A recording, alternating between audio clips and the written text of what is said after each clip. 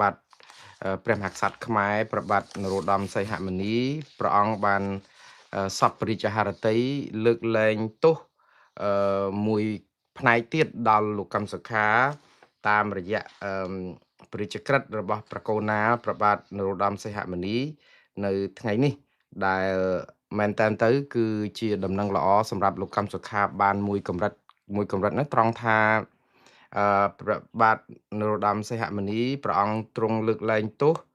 ចំពោះទោសបន្ថែមតាក់ទងនឹងលោកកឹមសុខាគឺលើកលែងទោសដែលហាមឃាត់ការធ្វើដំណើរចេញទៅក្រៅប្រទេស5ឆ្នាំ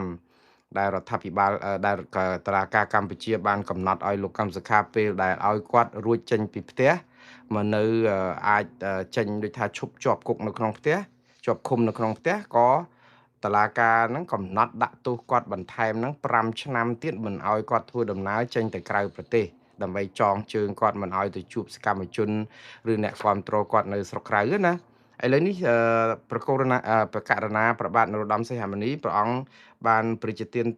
លើកលែងទោសឲ្យលោកកឹមសុខាអាចធ្វើដំណើរទៅក្រៅប្រទេសបានអញ្ចឹងអាទោស5ឆ្នាំដែលហាមមិនឲ្យធ្វើដំណើរទៅក្រៅប្រទេសនេះគឺបានលុបទៅវិញទៅហើយក្នុងប្រជាក្រិតនេះបានន័យថាលោកកឹមសុខាคล้ายទៅជាប្រជាពលរដ្ឋខ្មែរមួយរូបដែលមានសេរីភាពអាចដើរហើរទៅទីណាក៏បានដែរទាំងនៅក្នុងប្រទេសកម្ពុជាទាំងនៅជុំវិញពិភពលោកក៏ប៉ុន្តែព្រះករុណាព្រះបាទនរោត្តមសីហមុនីទ្រង់មិនបានសពព្រះរាជហឫទ័យព្រះរាជទានទោសលើកលែងទោសដល់បំរាមហាមសិទ្ធិនយោបាយដែលមិនឲ្យលោកកឹមសុខាធ្វើនយោបាយមិនឲ្យលោកកឹមសុខាឈរឈ្មោះបោះឆ្នោតឬក៏ទៅបោះឆ្នោតនោះឡើយបាទនេះគឺជារឿងដែលគិតថាបានមកកលៈនៅមកកលៈព្រះរាជកិច្ចរបស់បកករណាប្របាទសម្ដេចព្រះបាទបរមនាថនរោត្តមសីហមុនីនេះគឺបានផ្សព្វផ្សាយយ៉ាងទូលំទូលាយហើយអ្នកដែលចែកផ្សាយមុនគេគឺមេធាវីគឺសហមេធាវីរបស់លោកកឹមសុខាគឺលោកស្រីមេងសុភារីដែលលោកស្រីបានបង្ហោះសារនៅលើបណ្ដាញសង្គម Facebook លោកស្រីផ្អមជាមួយនឹងព្រះរាជក្រឹត្យនេះផងហើយលោកស្រីបានមានសារនៅលើបណ្ដាញសង្គម Facebook របស់លោកស្រីដូច្នេះថាព្រះរាជក្រឹត្យលើកលែងទោសលោកកឹមសុខាចំពោះទោសបន្ថែមត្រង់ចំណុចការហាមឃាត់ចំពោះការចាកចេញពីដែនដីប្រជាណាចក្រកម្ពុជាសម្រាប់រយៈពេល5ឆ្នាំមានន័យថាចាប់ពីថ្ងៃឡាយពហុលេខាព្រះមហាក្សត្រនេះតទៅគឺលោកកឹមសុខាមានសិទ្ធិធ្វើដំណើរទៅក្រៅប្រទេសបានបាទនេះគឺជារឿងត្រេកអរមួយបងប្អូនប៉ុន្តែរឿងនេះមិនមែនជារឿងចៃដន្យទេណាតិចបងប្អូនគិតថាអូស្រាប់តែសុកបកូរណាប្របាទនរោត្តមសីហមុនីលោកសពរិទ្ធហតីលើកលែងទោសលោកកម្មសខាអឺមកលៈនេះហើយថាជារឿងមួយដែលចៃដន្យកើតឡើងដោយមិនបានព្រៀងទុកមិនមែនទេព្រោះរឿងអីក៏ដោយនៅប្រទេសកម្ពុជានេះគឺជារឿងនយោបាយអត់រឿងបច្ចេកទេសទេលោកកម្មសខាអត់បានប្រព្រឹត្តទោសកំហុសអ្វីទាំងអស់ព្រោះគាត់ជាប្រធានគណៈបកនយោបាយដែលគណៈបកប្រជាជនកម្ពុជាដែលដឹកនាំដោយលោកហ៊ុនសែនចង់រំលាយចោលតែប៉ុណ្្នឹងឯងហើយនៅពេលដែលរំលាយហ្នឹងគឺរកផោះតាងដាក់បន្ទុកប្រឌិតឬក៏យ៉ាងម៉េចហ្នឹងគឺដើម្បីធ្វើយ៉ាងម៉េចឲ្យអាភ័ស្តុតាងដែលមានតាំងពីឆ្នាំ2013មកចាប់គាត់ឆ្នាំ2017យកមកដាក់នៅក្នុងពន្ធនាគាររាប់ឆ្នាំដែលចោតជាបទល្មើសជាក់ស្ដែងអីហ្នឹងទៅចោតអាមេរិកអីពាក់ព័ន្ធជាមួយនឹងការផ្ដួលរំលំរដ្ឋាភិបាលសុទ្ធតែជាបទចោតបែបនយោបាយទាំងអស់ដើម្បីមានលេសក្នុងការរំលាយគណៈបកសង្គ្រោះជាតិនិងរំលាយអង្គការចាត់តាំងរបស់គណៈបកប្រឆាំងនេះកុំឲ្យមានប្រជាប្រិយ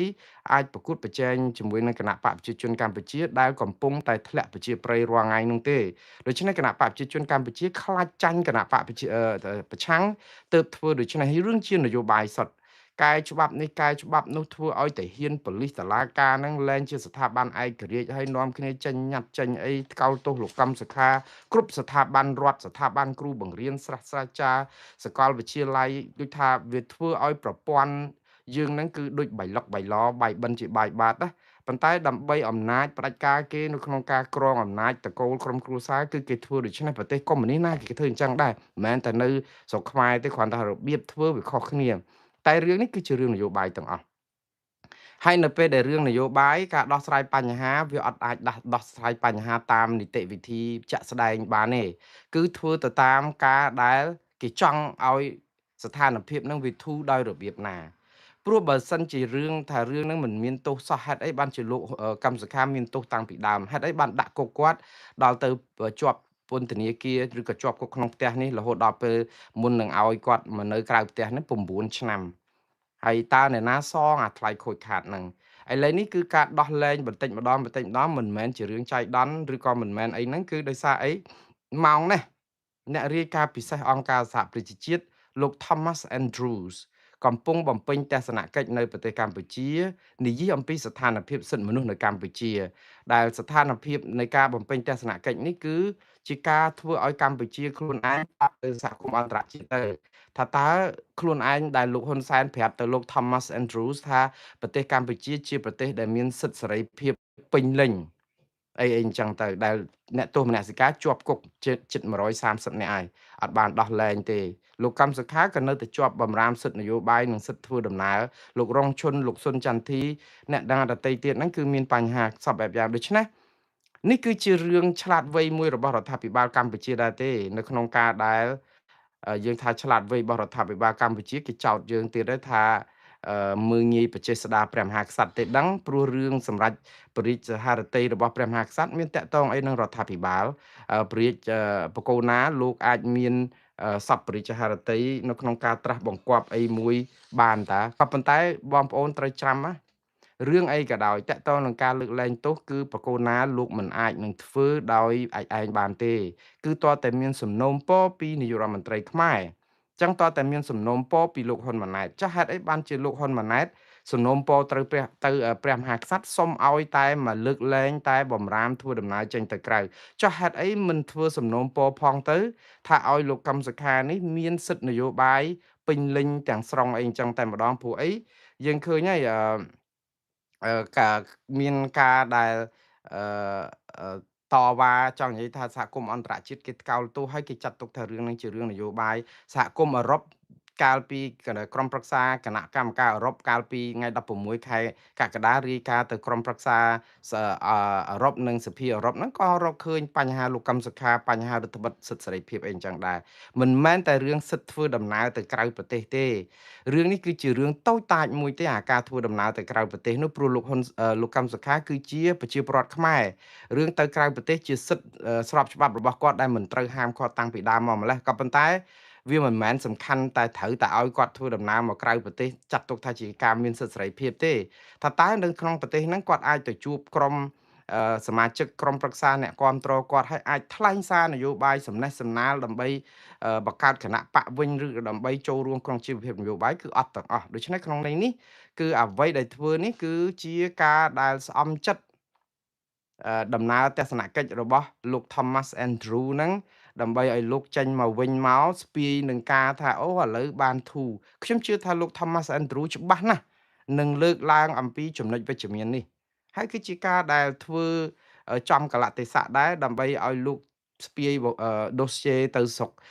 អាមេរិកវិញដើម្បីរាយការណ៍ទៅក្រុមប្រឹក្សាសន្តិសុខឬសំទោសក្រុមប្រឹក្សាសិទ្ធិមនុស្សអង្គការសហប្រជាជាតិហ្នឹងឲ្យលោក Andrew Thomas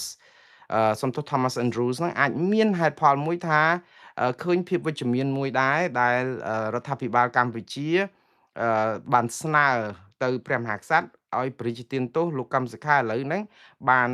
រួចផុតពីការដែលលែងជាប់បម្រាមក្នុងការធ្វើដំណើរទៅក្រៅប្រទេសអីចឹងក៏ប៉ុន្តែអាសិទ្ធិនយោបាយនិងសិទ្ធិអីហ្នឹងសិទ្ធិបោះឆ្នោតសិទ្ធិអីហ្នឹងគឺជាសិទ្ធិធានាដោយរដ្ឋធម្មនុញ្ញខ្ញុំជឿថានេះនៅតែជារឿងមួយដ៏អវិជ្ជមានសម្រាប់កម្ពុជាដដែលទេអញ្ចឹងចំណុចល្អមានខ្លះហើយប៉ុន្តែចំណុចអាក្រក់ទាំងអស់នេះគឺនៅដដែលហើយកម្ពុជានឹងធ្វើរឿងនេះអញ្ចឹងទៀតដូចខ្ញុំនិយាយថាវាអត់មានជារឿងអីចៃដន្យទេវាជារឿងផែនការគេរៀបចំទុកមានដំណាក់កាលរបស់គេហេតុអីបានជាលោកកម្មសខាជាប់គុកនៅក្នុងផ្ទះដោះលែងគាត់ឲ្យចេញមកពីផ្ទះមកដើម្បីអាចមកនៅក្រៅបានទៅខាត់គាត់មិនឲ្យធ្វើដំណើរទៅក្រៅប្រទេសអីអញ្ចឹងហើយយកអាថែមទោសគេហៅថាគេហៅអនុទោសអាទោសធំហ្នឹងវាមានហើយមកចេញអនុទោសបើលើកលែងទោសហើយមិនបានមានអនុទោសមានអីទៀតចឹងទៅអញ្ចឹងគេរៀបចំទៅដើម្បីអីគេលើកមកកលៈទៀតទៅគឺគេបធូរបន្តិចទៅដល់ពេលមានស្ថានភាពរៀងតឹងតិចទៅបធូរបន្តិចទៀតទៅហើយយើងស្ដាប់មើលមកថារដ្ឋាភិបាលគេចិត្តបានណាគេចិត្តល្អគឺបធូរផ្ទះគេអត់ឆេះសោះយើងនាំគ្នាទៅដុតផ្ទះគេឲ្យឆេះហើយដល់ពេលយូរយកទឹកមកផ្តិលទៅជះចឹងទៅខ្យល់បក់ខ្លាំងទៅថែមពីផ្តិលទៀតទៅ ឆេះចិត្តអស់អញ្ចឹងទៅយកទៅយោទឹកមកបាញ់អញ្ចឹងទៅដល់តែពេលឆេះនៅសល់ផេះផង់បានទៅជួយរើសស្ពាន់រើសដរាដើម្បីលក់ឲ្យអេតចាយអញ្ចឹងតែតាមពិតផ្ទះគេអត់ឆេះទេពីដើមមកបើកុំយើងទៅដុតណារឿងនេះគឺជារឿងមួយដែលវាពិបាកមែនទែនដែលនយោបាយនៅប្រទេសកម្ពុជាវានៅតែមានភាពកខ្វក់កក្រិចស្មោកគ្រោកអញ្ចឹងណាបងប្អូនប៉ុន្តែធ្វើម៉េចប្រទេសយើងអញ្ចឹងឲ្យយើងធ្វើម៉េចឥឡូវរបៀបដឹកនាំរដ្ឋអញ្ចឹងឲ្យយើងធ្វើម៉េចយើងទទួលលេបយកទៅហើយគ្រាន់តែថាខ្ញុំនៅតែសាទរនៅតែរីករាយថានេះក៏ជាដំណឹងល្អដែរគ្រាន់តែថាគួរតែធ្វើឲ្យបានច្រើនជាងហ្នឹងទៅព្រោះលោកកឹមសុខាគាត់ត្រូវតែមានសិទ្ធិសេរីភាពពេញលេញនៅក្នុងការដែលធ្វើដំណើរហើយរឿងនយោបាយនៅប្រទេសកម្ពុជានេះគឺជានយោបាយទុច្ចរិតណាស់យើងត្រូវចាំចេះទៀតចាំមើលរឿងស្អីក៏ដោយគឺបើសិនជារឿងបច្ចេកទេសចាំបើខ្ញុំមិនចង់វិភាគរឿងនេះវានាំឲ្យមានការថ្នាក់ដែរការដែលឲ្យលោកកឹមសុខាមានសិទ្ធិធ្វើដំណើរមកជួបសកម្មជនគាត់នៅក្រៅប្រទេសគឺជាបើយើងស្ដាប់មកមើលមួយផ្លែតទៅថាអូល្អមែនតើព្រោះអីជាការបទូបថយហើយប៉ុន្តែយើងស្ដាប់ឲ្យជ្រៅជាងនឹងតិចទៀតគឺប្រឡែងលោកកឹមសុខាមកដើម្បីឲ្យគណៈបកប្រឆាំងនេះដែលមានក្រុមលោកសំរងស៊ីនិងក្រុមលោកកឹមសុខាពាក់មុខយៈដាក់គ្នាទៀតហើយឧទាហរណ៍លោកកឹមសុខាគាត់ចេញមកស្រុកក្រៅគាត់ចាប់ផ្ដើមជួបសកម្មជនគណៈបកសិទ្ធិមនុស្សពីមុនមកកសាងកវែកកឆ្នាំងនឹងឡើងវិញអីចឹងទៅមានរូបភាពអីអញ្ចឹងទៅចាប់ផ្ដើមឲ្យឃើញក្រុមឲ្យឃើញបកពួកហើយខ្ញុំមិនជឿថាលោកកឹមសុខាចេញមកក្រៅប្រទេសនេះមកចាប់ដៃលោកសំរងស៊ីឬក៏ជួបនេះជាមួយនឹងក្រុមលោកសំរងស៊ីអាចនឹងលំបាកហើយបើគាត់ធ្វើបានខ្ញុំលើកទឹកចិត្តឲ្យលោកកឹមសុខាធ្វើហើយបងប្អូនក៏ចាំសម្គាល់មើលផងបើសិនជាលោកកឹមសុខាចេញមកក្រៅបានហើយគាត់ទៅជួបតែក្រុមអ្នកគាំទ្រពោលរបស់លោកកឹមសុខាគឺនេះហើយគឺជានយោបាយរបស់គណៈបកកណ្ដាលអំណាចទៀតហើយនៅក្នុងការធ្វើឲ្យក្រុមទាំងពីរនេះគឺចាប់ផ្ដើមមើលមុខគ្នាមិនត្រង់ហើយយកឱកាសដែលឲ្យលោកកឹមសុខាហ្នឹងគឺឆ្លោះគ្នាជាមួយក្រុមលោកសំរងស៊ីអញ្ចឹងទៅឲ្យល្អក់កកអញ្ចឹងទៅចំណេញនយោបាយគណៈបកប្រជាជនកម្ពុជាទៀតអានេះបើសិនជាលោកកឹមសុខាគាត់ដើរតាមមាគ៌ាហ្នឹងក៏ប៉ុន្តែបើលោកកឹមសុខាឆ្លាតគាត់ចេញមកក្រៅប្រទេសអញ្ចឹងគាត់មកជួបសកម្មជនទាំងអស់ទាំងក្រុមលោកសំរងស៊ីទាំងក្រុមលោកកឹមសុខាទាំងក្រុមអីនឹងទាំងអស់ចាត់ទុកថាជាគណៈបកប្រឆាំងតែមួយអានឹងគឺជាភាពឆ្លាតវៃរបស់គាត់ហើយខ្ញុំជឿថាតើគាត់ហ៊ានធ្វើដូច្នេះប៉ុណ្ណាយើងចាំមើលជំហររបស់លោកកឹមសុខាតទៅទៀតតែគាត់ថាខ្ញុំជឿថានេះគឺជាជំហរជាថាចំណុចវិជ្ជមានមួយដែលអនុញ្ញាតឲ្យលោកកឹមសុខាចេញទៅក្រៅទៅគៀករកប្រាក់ជំនួយណាយ៉ាងហោចណាស់ក៏ជួយឧបត្ថម្ភជីវភាពក្រុមគ្រួសារគាត់ដែរបើអត់ធ្វើការរហូតដល់9ឆ្នាំហើយបានប្រាក់ឯណាមកទទួលទានលោកម្ចាស់មានអ្នកបើកឡានមានអីផងមានត្រូវការចំណាយសពសារពើហ្នឹងអាចកូនចៅគាត់ជួយឯប៉ុន្តែយើងជាអ្នកនយោបាយហើយអត់មានប្រាក់ចំណូលអីសោះហ្នឹងតើអាចរស់យ៉ាងដូចម្ដេចទៅវាអាចលំបាកដែរដូច្នេះវាជាឱកាសដើម្បីឲ្យពួកគាត់ទៅរកថវិកាដើម្បីជួយជីវភាពឬក៏អាចថាជួបអ្នកផ្ដល់ក្តីសង្ឃឹមឲ្យអ្នកដែលគាំទ្រលោកកឹមសុខាហ្នឹងបានមួយរយៈពេលក៏ប៉ុន្តែខ្ញុំជឿថាលោកកឹមសុខាបើចេញមកក្រៅប្រទេសក៏មិនអាចជួបសកម្មជនថ្លែងសារជានយោបាយជាអីជាសាធារណៈអីបានដែរគឺគ្រាន់តែជួបញឹមទទួលទានអាហារជុំគ្នាអីហ្នឹងចប់ហើយឲ្យទៅជួបនៅក្នុងវេទិកាកាន់ក្បាលមេក្រូមកដើម្បីនិយាយថាអញ្ចេះអញ្ចោះអីគឺគេនឹងរករឿងគាត់ងាប់ទៀតហើយតែអញ្ចឹងទៅគេនឹងអាចនឹងដាក់បំរាមហាមអាសិទ្ធនយោបាយនឹងអីថែមទៀតក៏ថាបានឬក៏អាចជាប់គុកជាប់ច្បាប់វិញទៀតផងព្រោះគេប្រឡែងដូចឆ្មានឹងកដោទេបងប្អូនគឺកដោគឺគេឆ្មានឹងអង្គុយផ្ទះនឹងអង្គុយមើលមុននឹងលេបដូចថាវាវេទនាមែនតើរឿងនេះវាមិនគួរកើតឡើងក៏ប៉ុន្តែគឺគេធ្វើបាបធ្វើទុកបុកម្នេញអញ្ចឹងតែធ្វើមិនបងប្អូនបើយើងវាអញ្ចឹងតែម្ដងទៀតខ្ញុំនៅតែត្រេកអរសាទរដែរនៅក្នុងការដែលយ៉ាងហោចណាស់ក៏ធូរបន្តិចដែរព្រោះស្ថានភាពសិទ្ធិមនុស្សនៅកម្ពុជាហ្នឹងគឺលំបាកខ្លាំងមែនតើយើងដឹងហើយថ្ងៃនេះគឺអាមេរិកសម្រេចយកពន្ធបន្ថែម 10% ទៀតពីកម្ពុជាគឺចាប់ពីថ្ងៃទី24ខែកក្កដាឆ្នាំ2026នឹងតទៅដោយសារតែបញ្ហាពលកម្មដោយបង្ខំផង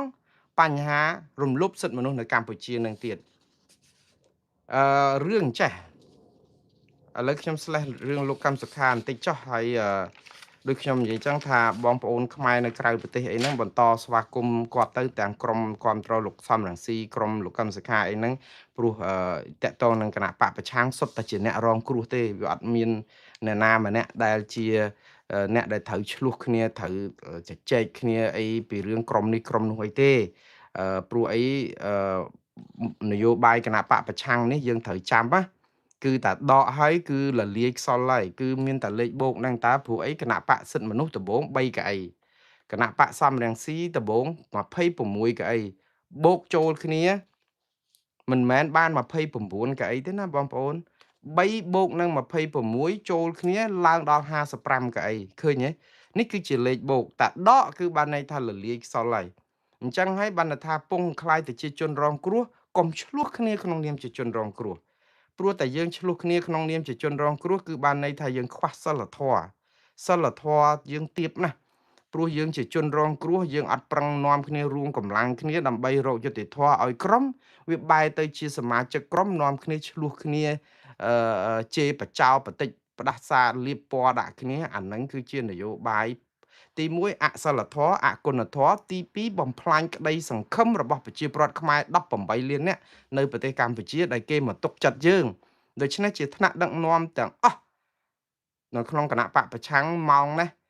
មិនចំពោះថាលោកកឹមសុខាបានមកស្រុកក្រៅឬយ៉ាងណាទេបើអស់លោកនាំគ្នាប្រើនយោបាយលៀបពណ៌ថាលោកកឹមសុខានឹងមកចូលទៅតែក្រមពោលខាងលោកកឹមសុខាហើយចាប់ផ្ដើមឲ្យមានការថ្នាំងថ្នាក់គ្នាអីទៀតពីក្រមលោកកឹមសុខាលោកក្រមលោកសំរងស៊ីគឺអស់លោកកំពុងតែចិញ្ចឹមនយោបាយបំផ្លាញគ្នាហើយបំផ្លាញក្តីសង្ឃឹមហើយធ្វើឲ្យការដែលគ្រប់គ្រងអំណាចនៅកម្ពុជាបែបផ្ដាច់ការនឹងអាចនៅធ្វើបានមួយជីវិតហើយអស់លោកនឹងកំដរឆាកនយោបាយនេះដល់ថ្ងៃស្លាប់ប្រជាពលរដ្ឋនឹងរីងរៃគ្មានទីបញ្ចប់ហើយនេះគឺជានយោបាយបោកប្រាស់ដែរបើអស់លោកធ្វើដូច្នេះខ្ញុំគ្រាន់តែផ្ដាំទេហើយប្រជាពលរដ្ឋឥឡូវមិនដូចជាល្ងងពេកទេបងប្អូនយើងមើលគ្រប់គ្នាទៅដឹងហើយនៅពេលដែលជនរងគ្រោះចាប់ផ្ដើមឆ្លោះគ្នាគឺអ្នកទាំងអស់គ្នានោះនឹងធ្វើនយោបាយដើម្បីចំណេញគណៈបកកណ្ដាលអំណាចហើយគណៈបកកណ្ដាលអំណាចក៏គេចង់បានអញ្ចឹងដែរគេឲ្យលោកកឹមសុខាចេញមកក្រៅហ្នឹងគឺក្នុងន័យថាដើម្បីឲ្យទៅក្នុងគេមិនគិតថាលោកកឹមសុខានឹងធ្វើឲ្យមានការឆ្លោះគ្នាជាមួយក្រុមលោកសំរងស៊ីប៉ុន្តែនឹងបង្កើតឲ្យមានរូបភាពមិនទុកចិត្តគ្នាហ្នឹងឯងព្រោះគាត់ចេញមកបានតែចេញមកបានទៅជួបបើជួបតែក្រុមលោកកឹមសុខាលោកក្រុមលោកសំរងស៊ីនឹងថ្នាក់ចិត្តនឹងអីឬក៏អីចឹងតែប៉ុន្តែជាទម្លាប់ឃើញលោកសំរងស៊ីគឺជាអ្នកនយោបាយដែលមានភាពចាស់ទុំច្រើនតកតងនឹងរឿងគាត់មិននិយាយអីប៉ះពាល់នឹងលោកកឹមសុខាសំបីតែម្ដងនេះគឺជាគុណធម៌របស់ថ្នាក់ដឹកនាំគណៈបកប្រឆាំងមួយនេះដែលគួរឲ្យគោរពមែនតើខ្ញុំនិយាយឲ្យស្មោះខ្ញុំអត់ដែលឮលោកសំរងស៊ីនិយាយអ្វីប៉ះពាល់លោកកឹមសុខាសូម្បីតែម្ដងគាត់អាចនិយាយធ្លាប់តែឮថាលោកកឹមសុខាថ្លែងសារអីដែលប៉ះពាល់ដល់ទំនាក់ទំនងរវាងលោកកឹមសុខានិងលោកសំរងស៊ីនិងក្រុមអីនៅក្រៅប្រទេសលោកសំរងស៊ីមានតែថ្នមតែជួយការពារលោកកឹមសុខាទៅទៀតដោយនិយាយថាតាមពិតលោកកឹមសុខាថ្លែងសារបែបនេះដោយសារគាត់រងសម្ពាធរងអីគ្មានសិទ្ធិនយោបាយគ្មានអីអញ្ចឹងមិនអាចយកជាការបានលោកសំរងស៊ីគឺអហោសិកម្មអនុគ្រោះហើយសន្តោសប្រោះប្រណីហើយលើកស្ទួយលោកកឹមសុខាគ្រប់ពេលហើយទៀមទាឲ្យដោះលែងលោកកឹមសុខាគ្រប់វិនាទីអត់ដែលវាយប្រហារលោកកឹមសុខាទេព្រោះលោកសំរងស៊ីគាត់ជាអ្នកនយោបាយចាស់ទុំស្គាល់ចរិតលោកហ៊ុនសែនច្បាស់គីឡូស្មើគ្នាគាត់ដឹងថាបើធ្វើសារអីក៏ដោយឲ្យតែមានបញ្ហាប្រេះឆាលោកកឹមសុខានិងសំរងស៊ីគឺច្បាស់ណាស់គឺនឹងចូលដៃបានចំណេញដល់គណៈបកប្រជាជនកម្ពុជានិងលោកហ៊ុនសែនអញ្ចឹងហើយបានជាលោកសំរងស៊ីសុំសរសើរបើបើរងការមាក់ងាយពីស្អីគេនឹងគឺថាអូយស្រោចក៏ប៉ុន្តែលោកអត់ធ្មត់ច្រើនមែនតើខ្ញុំសូមសរសើរកម្ររកថ្នាក់ដឹកនាំបានដូច្នេះហ่ะព្រោះអីលោកសំរងស៊ីភិកច្រើនគាត់ដឹកនាំរបៀបគំនិតមិនយករឿងបុគ្គលជារឿងធំណានេះជាគំរូដល់ថ្នាក់ដឹកនាំឬគំរូដល់សកម្មជនរបស់គណៈបកប្រឆាំងនៅទូទាំងប្រទេសប៉ុន្តែគណៈបកប្រឆាំងដែលជាអ្នកអួតថាស្រឡាញ់លោកសំរងស៊ីភាគច្រើនហាក់បីដូចជាបំភ្លេចចោលអស់នៅអ្វីដែលជាអគុណសម្បត្តិនិងភាពល្អរបស់មេដឹកនាំរបស់ខ្លួនណាតែងតែធ្វើផ្ទុយមេដឹកនាំមិនអោយជេរមិនអោយបតិចមិនអោយប្រដាសាអីកូនចៅហ្នឹងគឺប្រសាចស្រេចតែក្បាលវ៉ាល់ជេរបចោយកវេទិកាដូចថាឌៀមដាមបុគ្គលយកកាត់តរូបភាពអ្នកនេះកូនអ្នកនោះអ្នកនេះសហាយស្មន់អ្នកនោះដូចថាអត់ប្រយោជន៍មេដឹកនាំមានសិលធម៌ខ្ពស់ប៉ុន្តែកូនចៅមួយចំនួនបំផ្លាញមេដឹកនាំណា ហើយវាជារឿងអកុសលដែរតែប្រហែលជាអស់លោកទាំងអស់នោះមិនបានរៀនសូត្រអញ្ចឹងឬក៏ដឹងរឿងហ្នឹងឬក៏យ៉ាងម៉េចដែរខ្ញុំអត់យល់ដែរប៉ុន្តែខ្ញុំនៅតែគិតថាមកដល់ម៉ោងនេះខ្ញុំអត់ដែលឮលោកកម្មសខាលោកសំរងស៊ីវាយប្រហារលោកកម្មសខាសូម្បីតែម្ដងនេះគឺជារឿងពិតដែលជាគុណតម្លៃនិងគុណភាពនៃមេដឹកនាំណាចង់បងប្អូនចាត់ទុកលោកសំរងស៊ីជាយ៉ាងណាក៏ដោយប៉ុន្តែខ្ញុំគិតថាបុគ្គលដូចជាលោកសំរងស៊ីនេះគឺជាបុគ្គលដែលមានវិជ្ជាជីវៈមានកម្រិតនៃការធ្វើនយោបាយបែបចាស់ទុំសិលធម៌ខ្ពស់មែនទែន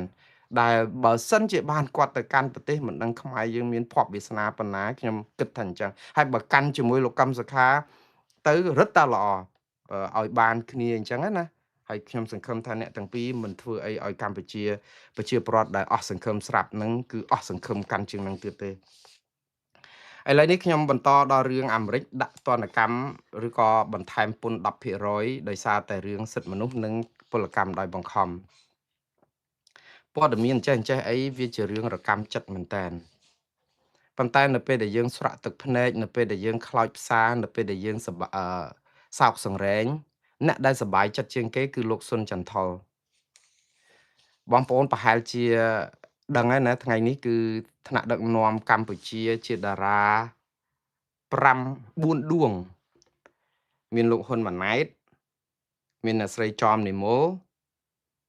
លោកហ៊ុនម៉ាណែតជារដ្ឋនាយករដ្ឋមន្ត្រីប្រទេសកម្ពុជា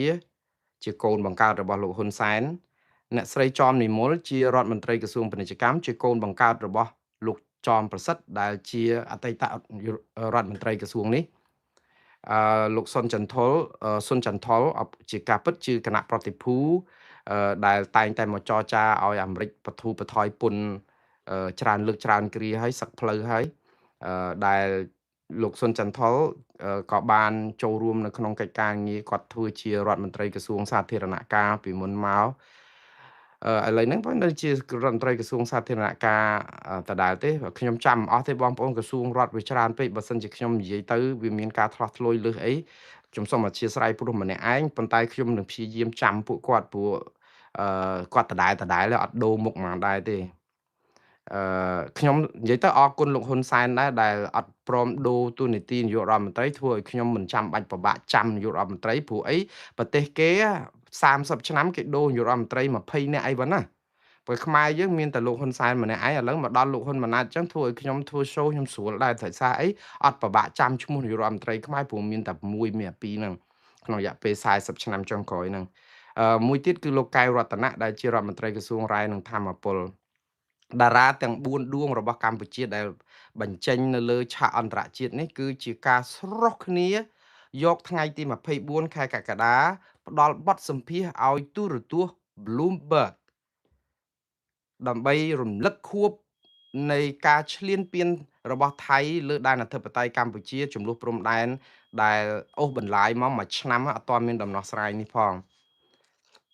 ខ្ញុំមែនតើទៅក្នុងនាមជាខ្មែរខ្ញុំរំភើបណាហើយខ្ញុំតិចទៀតខ្ញុំនឹងនិយាយចូលទៅក្នុងរឿងនេះតិចវិញរំភើបដោយសារអីឃើញមេដឹកនាំខ្មែរថ្នាក់ដឹកនាំកម្ពុជាយើងគឺមានភាពវៃឆ្លាតមានចំណេះដឹងក្នុងខ្លួនហើយចេះភាសាអង់គ្លេសស្ទើរតែស្មើគ្នាហើយនិយាយសម្ភាសនៅក្នុងទូរទស្សន៍ Bloomberg ទូរទស្សន៍ Bloomberg គឺជាប្រព័ន្ធទូរទស្សន៍អន្តរជាតិដ៏ល្បីមួយរបស់សហរដ្ឋអាមេរិកផ្នែកពាណិជ្ជកម្មផ្នែកធុរកិច្ចគឺតាក់ទងនឹងអាជីវកម្មឯអត់តាក់ទងនយោបាយហ្មងទេព្រោះ Bloomberg ភាគច្រើនគាត់ផ្ដោតខ្លាំងទៅលើផ្នែកbusiness គឺធុរកិច្ចគឺពាណិជ្ជកម្មនិងអាជីវកម្មអីចឹងហើយនៅក្នុងការផ្ដល់បទសម្ភាសន៍នេះគឺធ្វើផ្ទាល់នៅឯប្រទេសកម្ពុជាតែម្ដងដោយសារអីដោយសារតែមានអ្នកឆ្លើយឆ្លងព័ត៌មានរបស់ទូរទស្សន៍ Bloomberg នេះមួយប្រចាំនៅប្រទេសសង្ហបុរីដែលមានលោកស្រី Avril Hong បាទលោកស្រី Avril Hong នេះគឺជាតារាល្បីរបស់ទូរទស្សន៍សិង្ហបុរីគឺសង្ហបុរីយូរហើយគាត់ធ្វើការឲ្យទូរទស្សន៍សង្ហបុរី CNA គឺគេហៅ Channel New Asia ដែលបងប្អូនប្រហែលជាអ្នកចេះអង់គ្លេសស្ដាប់ព័ត៌មានអន្តរជាតិនៅអាស៊ីគឺទូរទស្សន៍ CNA នេះល្បីណាស់នៅអាស៊ីអាគ្នេយ៍ជាពិសេសនៅប្រទេសសង្ហបុរីហើយលោកស្រី Avril Hong នេះគឺជាជនជាតិសិង្ហបុរីគាត់ឈប់ពី CNA មកគាត់មកធ្វើការជាអ្នកឆ្លើយឆ្លងព័ត៌មានឲ្យទូរទស្សន៍ Bloomberg របស់សហរដ្ឋអាមេរិកនេះប្រចាំនៅទីក្រុងឬក៏ប្រទេសសិង្ហបុរីនេះតែម្ដងឥឡូវនេះគឺគាត់ចូលទៅយកព័ត៌មាននេះផ្ទាល់ដល់ប្រទេសកម្ពុជាទៅសម្ភាសលោកហ៊ុនម៉ាណែតសម្ភាសលោកស៊ុនចន្ទថលអ្នកស្រីចមនិមលនិងលោកកែវរតនៈ4នាក់ក្នុងពេលតែនៅក្នុងថ្ងៃតែមួយហើយអត្ថបទឬក៏វីដេអូនេះយកមកផ្សាយពេញបណ្ដាញសង្គមនៅក្នុងទូរទស្សន៍ Bloomberg ហ្នឹងហើយបើកម្ពុជាវិញ share បែកមេដាយចោលទោះអត់ស្ដាប់បានមួយម៉ាត់ក៏ដោយអត់ដឹងគេនិយាយអីទេព្រោះអីអ្នកទាំងអស់នេះអត់និយាយភាសាជាតិទេគាត់និយាយភាសាអង់គ្លេសប្រជាពលរដ្ឋខ្មែរខ្ញុំជឿថា 90% មិនដឹងថាអ្នកទាំង4អ្នកនេះនិយាយអីទេព្រោះយើងនិយាយជាភាសាអង់គ្លេសគឺគាត់និយាយនេះគឺសំដៅទៅលើអ្នកស្ដាប់ជាភាសាអង់គ្លេសទេមិនមែនជាអ្នកស្ដាប់ជាភាសាខ្មែរទេពួកបទសម្ភាសជាភាសាអង់គ្លេសហើយអត់មានការបកប្រែជាភាសាខ្មែរអត់មាន subtitle ជាភាសាខ្មែរដែលរត់អក្សរជាភាសាខ្មែរអីទាំងអស់គឺបើថាយើងយកទៅស្ដាប់ជាភាសាអង់គ្លេសទៅយល់ប្រមាណយល់ប៉ុណ្ណឹងប៉ុន្តែបងប្អូនទាំង18លាននាក់ឬក៏បងប្អូនដែលមិនចេះស្ដាប់ភាសាអង់គ្លេសថ្ងៃនេះខ្ញុំក៏មានភ័ព្វវាសនាដែរដែលខ្ញុំចេះអង់គ្លេសល្មមនឹងស្ដាប់ពួកគាត់និយាយថាម៉េចខ្លះដើម្បីខ្ញុំបកស្រាយជូនអ្នកទាំង4អ្នកហ្នឹងដែលនិយាយអីគេខ្លះជាមួយនឹង Bloomberg ឲ្យបងប្អូនបានស្ដាប់ហើយបានប្រយោជន៍អីដល់កម្ពុជាដែរឬទេហើយវាមានន័យយ៉ាងម៉េចបានជាសុកមន្ត្រីខ្មែរម្ដង4នាក់ទាំងនាយករដ្ឋមន្ត្រីមានរដ្ឋមន្ត្រី2នាក់ហើយមានលោកសុនចន្ទថុលដែលជាគណៈប្រតិភូពិសេសរបស់រដ្ឋាភិបាលកម្ពុជាផងទៅគឺថាសម្រុកមកក្រុមទៅគឺដូចថាដាក់គ្នាទៅធ្វើឲ្យជន់តែម្ដងហើយហេតុអីបានជា Bloomberg ចុះខ្មែរយើងអត់មានប្រព័ន្ធផ្សព្វផ្សាយខ្លួនឯងដែលយើងអាចសម្ភាសខ្មែរគ្នាឯងនឹងដើម្បីយកឲ្យអន្តរជាតិស្ដាប់បានទេអញ្ចឹងរឿងវាមានចំណុចវិជ្ជមាននិងចំណុចអវិជ្ជមានឥឡូវខ្ញុំនិយាយពីចំណុចអវិជ្ជមានមុនចោះដើម្បីឲ្យទុកអាល្អក្រោយចំណុចអវិជ្ជមានមួយគឺពេលដែលកម្ពុជាសម្រុកផ្ដាល់បទសម្ភាសឲ្យសារព័ត៌មានអន្តរជាតិទូរទស្សន៍អន្តរជាតិ Bloomberg នេះចង់បង្ហាញប្រាប់ថាកម្ពុជាគ្មានប្រព័ន្ធផ្សព្វផ្សាយឯករាជ្យខ្លួនឯងទេអាហ្នឹងគឺជាចំណុចអវិជ្ជមានមួយព្រោះយើងអត់មានរបស់ខ្លួនឯងដើម្បីឲ្យថ្នាក់ដឹកនាំរបស់យើងផ្ដល់បទសម្ភាសឲ្យផលិតផលខ្លួនឯងហើយឲ្យអន្តរជាតិទុកចិត្តយកទៅស្ដាប់យើងអត់មានមែនដោយសារអីកាលមុនមាន Cambodia Daily មាន Azizi Saray មាន VOA មានភ្នំពេញប៉ុស្តិ៍អីចឹងទៅឥឡូវអាលេខខ្សលអស់ហើយដោយសារតែ គេបិទគេរករឿងទៅហើយភ្នំពេញប៉ុស្តិ៍ហ្នឹងក៏បានលក់ឲ្យតកែថ្មីទៅចំហហ្នឹងក៏ទុនជ្រាយអីចឹងពីហ្នឹងមកដូចថាខ្វះអាទំនុកចិត្តព្រោះខ្លាយទៅជាព័ត៌មានពិធីសារអីចឹងទៅគ្មានអន្តរជាតិណាគេស្ដាប់គេដកស្រង់អីយើងទេគឺគេដូចចឹងទៅយើងត្រូវការពឹងព័ត៌មានអន្តរជាតិហើយសបាយមែនតើខ្ញុំអាការសបាយរបស់ថ្នាក់ដឹកនាំយើងក្នុងការផ្ដល់ព័ត៌មានឲ្យវិទ្យុទូរទស្សន៍អន្តរជាតិនេះខ្ញុំមើលឃើញវាជារឿងចម្លែកដែរចម្លែកមួយត្រង់ថាលោកហ៊ុនម៉ាណែតពេលដែលមកដល់អាមេរិកភ្លាមស្កាត់ឲ្យ Bloomberg ហ្នឹងដែរទៅសម្ភាសគាត់ហើយនឹងមានសារព័ត៌មានអន្តរជាតិមួយទៀតសិតតែផ្ដាច់មុខដូច Fox News អីចឹងទៅសម្ភាសគាត់ដើម្បី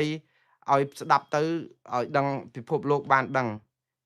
ប៉ុន្តែសារដែលគាត់ផ្ដល់ឲ្យទូរទស្សន៍វិទ្យុអន្តរជាតិអស់នេះវាអត់មានសារអីថ្មីទាល់តែសោះពលរដ្ឋាភិបាលចេញសារហ្នឹង800 900ដងហើយហ្នឹងតាមពិតអាសារដែលរដ្ឋាភិបាលចេញរាល់ដងហ្នឹងវាពិសេសនិងល្អជាងអ្វីដែលថ្នាក់ដឹកនាំនិយាយឲ្យទូរទស្សន៍វិទ្យុដែលគេផ្សាយដែលមានពេលវេលាខ្លីមិនដល់ម្នាក់5នាទីនេះផងឥឡូវខ្ញុំវិលមកវិញនេះខ្ញុំនិយាយពីចំណុចអវិជ្ជមានដែលបង្ហាញថាយើងគ្មានប្រព័ន្ធផ្សព្វផ្សាយឯករាជ្យទេចំណុចវិជ្ជមានច្រើនទី1បង្ហាញថាកម្ពុជាឲ្យតម្លៃប្រព័ន្ធផ្សព្វផ្សាយឯករាជ្យដែរតែខ្លួនឯងបំផ្លាញចោលខ្ទេចខ្ទីអស់ដល់អញ្ចឹងទៅពឹងបោះបរទេសហ្នឹងដើម្បីមកជួយស្ដាប់យើងវាដូចថាដល់ពេលអត់ណាស្ដាប់យើងអស់គេអត់ស្ដាប់អត់មានណាថ្កោលទោសថៃអញ្ចឹងចាប់ផ្ដើមបានប្រព័ន្ធផ្សព្វផ្សាយហ្នឹង មិនដឹងលួងគេយ៉ាងម៉េចទម្រាំគេមកផ្សាយដល់ក្នុងស្រុករបស់យើងហ្នឹងព្រោះប្រព័ន្ធផ្សព្វផ្សាយអស់ទាំងនេះខ្ញុំជឿថាមិនមានអ្នកណាគេចង់ស្ដាប់ថ្នាក់ដឹកនាំយើងអីប្រមាណទេព្រោះគេដឹងថាយើងដោះសារច្រើនជាងដោះស្រាយយើងនិយាយការពារជាងនិយាយការពិតទេព្រោះពាក្យយើងនិយាយចាំបាច់មកជួបលោកហ៊ុនម៉ាណែតដើម្បីបានសារហ្នឹងទៅអីយើងទៅដល់អង្គការសហប្រជាជាតិរាល់ដងទៅនិយាយគ្មានអ្នកណាស្ដាប់ផងហ្នឹងព្រោះយើងនិយាយដោះសារដោះការពារតែរហូតវាអត់ដែលមានដំណោះស្រាយអីសោះដល់អញ្ចឹងទៅគ្រាន់តែថាយ៉ាងហោចណាស់ក៏ថ្នាក់ដឹកនាំបាននិយាយឥឡូវខ្ញុំនិយាយចំណុចវិជ្ជមានមួយទៀតថ្នាក់ដឹកនាំទាំង4នាក់នេះក្នុងនាមខ្ញុំជាខ្មែរខ្ញុំនិយាយឲ្យស្មោះត្រង់ខ្ញុំរំភើបដោយសារតែកម្រិតភាសាអង់គ្លេសរបស់គាត់ប៉កែជាខ្មែរនិយាយអង់គ្លេសប៉កែខ្ញុំសូមសរសើរខ្ញុំនិយាយអង់គ្លេសបានច្រើនណាស់ប៉ុន្តែខ្ញុំមិនដល់ពួកគាត់ទេអឺដោយសារតែឃើញគាត់និយាយជាមួយសារព័ត៌មានអីឆ្លើយឆ្លងគ្នាហើយក្នុងនាមជាខ្មែរនិយាយភាសាអង់គ្លេសបានយ៉ាងរត់មាត់បែបនេះជាថ្នាក់ដឹកនាំជំនាន់ក្រោយបានន័យថាជាឈាមថ្មីរបស់គាត់ខ្ញុំសប្បាយចិត្តមានមោទនភាពខ្មែរយើងនិយាយអង់គ្លេសបានប៉កែគ្រាន់បើតែយ៉ាងណាខ្ញុំនឹងឲ្យចំណាត់ថ្នាក់ភាសាអង់គ្លេសអ្នកទាំង4នាក់នេះហើយខ្ញុំសូមឲ្យយោបល់បន្តិចខ្ញុំអត់ប៉កែទេបងប្អូនខ្ញុំសូមទោសអង់គ្លេសខ្ញុំមិនប៉កែដល់ពួកគាត់ទេគ្រាន់តែថាខ្ញុំចាំចាស់កាលពីខ្ញុំអាយុប្រហែលជា9ឆ្នាំមានអ៊ំម្នាក់ដែលកាលហ្នឹងខ្ញុំនៅរាអាទិសភ្លើងកពតជាក្មេងរាអាទិសភ្លើងគ្មានធ្វើអីទេដើរទៅលីសែងដើរតែលើកអីវ៉ាន់គេដើម្បីបានលុយបានអីទិញទួចយកមកគ្រាន់តែទិញចំណីហូបហ្នឹងពេលដែលខ្ញុំកំពុងតែឃើញអឺក្មេងម្នាក់ទៀតកំពុងតែគូសយកដីសយកអីទៅគូសក្វេមកវាមលើជញ្ជាំងប៉ុន្តែក្មេងហ្នឹងមានទេពកោសល្យនៅក្នុងការគូសអីមិនដឹងទេគូសរូបគំនូរអីអញ្ចឹងទៅខ្ញុំចេះតែអង្គុយមើលផ្អៀងផ្អងស្រាប់តែអ៊ំហ្នឹងក៏ដើរមកជិតខ្ញុំក៏សួរថាខ្ញុំធ្វើអីអង្គុយមើលអីហ្នឹងខ្ញុំថាខ្ញុំមើលគេគូសគំនូរមិនដឹងជាគេគូសពីអីទេដូចជារូបស្អីអញ្ចឹងណាអញ្ចឹងបានគាត់ចាប់ផ្ដើមប្រាប់ខ្ញុំភ្លាមថាហើយខ្ញុំរៀនមកជីវិតពាក្យមួយម៉ាត់ខ្លីរបស់គាត់ធ្វើឲ្យខ្ញុំចងចាំមួយជីវិតហ្នឹងចឹងគាត់ថានេះគឺជាគុណតម្លៃរបស់មនុស្សគេហៅបញ្ញាញាណរបស់មនុស្សដែលសូម្បីតែយើងមិនចេះគូក៏ប៉ុន្តែយើងអាចមើលអ្នកគូហើយយើងអាចមានការត្រិះរិះពិចារណាអាចហ៊ានរិះគន់អ្នកគូហ្នឹងថាគូមិនស្អាតឬក៏គូស្អាតបានប៉ុន្តែយើងអត់ចេះគូទេគាត់ថានេះគឺជាគេហៅគុណតម្លៃរបស់មនុស្សនៅក្នុងការដែលអាចឲ្យយោបល់ទៅនរណាម្នាក់បានខ្លះដែរមិនចាំបាច់តែយើងចេះគូទេឧទាហរណ៍គំនូរមួយផ្ទាំងតើយើងត្រូវការតលតែជាវិចិត្រករទើបតែយើងអាចថាគំនូរហ្នឹងគូអត់ស្អាតគាត់ថាមិនចាំបាច់អញ្ចឹងទេយើងជាមនុស្សធម្មតាសាមញ្ញមិនចេះគូអីក៏ដោយគ្រាន់តែមើលប្រើ common sense សុភវិនិច្ឆ័យមួយថាគូនឹងមិនស្អាតទេដៃដូចជាធំជាងខ្លួនហេតុអីបានក្បាលធំជាងខ្លួនហ្នឹងដូចជាវាមិនស្មើគ្នាប៉ុណ្ណឹងយើងចាំបាច់តើតែយើងជាវិចិត្រករដើម្បីអាចរិះគន់គំនូរនឹងបានមែនអត់ទេយើងនៅតែរិះគន់ថាគូនឹងអត់ស្អាតឬក៏គេគូស្អាតហើយក៏ដោយដូចរបៀបគំនូរគេហៅថា illusion គំនូររបៀបទាល់តែអង្គុយគុណយូរបានយល់អីអញ្ចឹងទៅអ្នកខ្លះមើលទៅអត់ស្អាតសោះហ្មងយើងអាចរិះគន់បានព្រោះយើងអត់ចូលចិត្តអ្នកខ្លះគេថាគំនូរនេះមានន័យជ្រៅអីអញ្ចឹងទៅឃើញយើងអាចរិះគន់បានសពបែបយ៉ាងអញ្ចឹងហើយបានជាគេឲ្យតម្លៃទៅលើមតិគំនិតនឹងសពបែបយ៉ាងអញ្ចឹងហើយបានជាគេមានច្បាប់ចែងអំពីសិទ្ធិសេរីភាពនៅក្នុងការបញ្ចេញមតិព្រោះមនុស្សមិនអាចនឹងគិតដូចគ្នាទេហើយការគិតមិនដូចគ្នានឹងមិនមែនជាអក្រិតកម្មទេមិនមែនជាបទល្មើសទេអញ្ចឹងបានជាលើសកលលោកហ្នឹងគេមានច្បាប់អញ្ចឹងហើយខ្ញុំចាំសម្ដីអ៊ំហ្នឹងមួយជីវិតដែលខ្ញុំបាននិយាយថាយើងទាំងអស់គ្នាសុទ្ធតែមានសិទ្ធិនៅក្នុងការរិះគន់បើទោះបីជាយើងគ្មានចំណេះជំនាញនៅក្នុងហ្នឹងក៏ដោយព្រោះអីវាខុសឆ្គងនឹងសុភវិនិច្ឆ័យ common sense ហ្នឹងខ្លាំងពេកអញ្ចឹងយើងអាចនិយាយបានហើយមិនអញ្ចឹងឧទាហរណ៍គូកង់ឡានជ្រុងចុះយើងចាំបាច់ខ្លាយទៅជា mechanics វិស្វករឬក៏ mechanic ជាងឡានដើម្បីឲ្យរិះគន់កង់ឡានហ្នឹងជ្រុងអញ្ចឹងវាមិនត្រូវទេតើតែមិនយើងគ្មានសិទ្ធអីមករិះគន់កង់ឡានជ្រុងឯងកង់មិនក៏បានដែរយើងរិះគន់អត់បានទេចឹង បើកង់វាជ្រុងអញ្ចឹងវាទៅបើកកើតកង់វាមូលអញ្ចឹងយើងអាចរិះគន់បាននៅក្នុងន័យនេះហើយបានជាគេលើកទឹកចិត្តឲ្យការរិះគន់ចុះខ្ញុំវិលមកវិញខ្ញុំនិយាយនេះគឺបានន័យថា